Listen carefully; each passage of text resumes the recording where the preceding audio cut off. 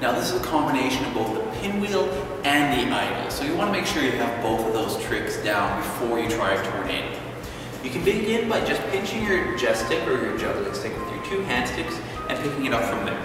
If I push one hand stick forward as I pull the other one back, you can give it a little toss and it'll spin. That's the first basic tornado. You can also do a continuous tornado, back and forth. Again, a combination of the idle and the pinwheel.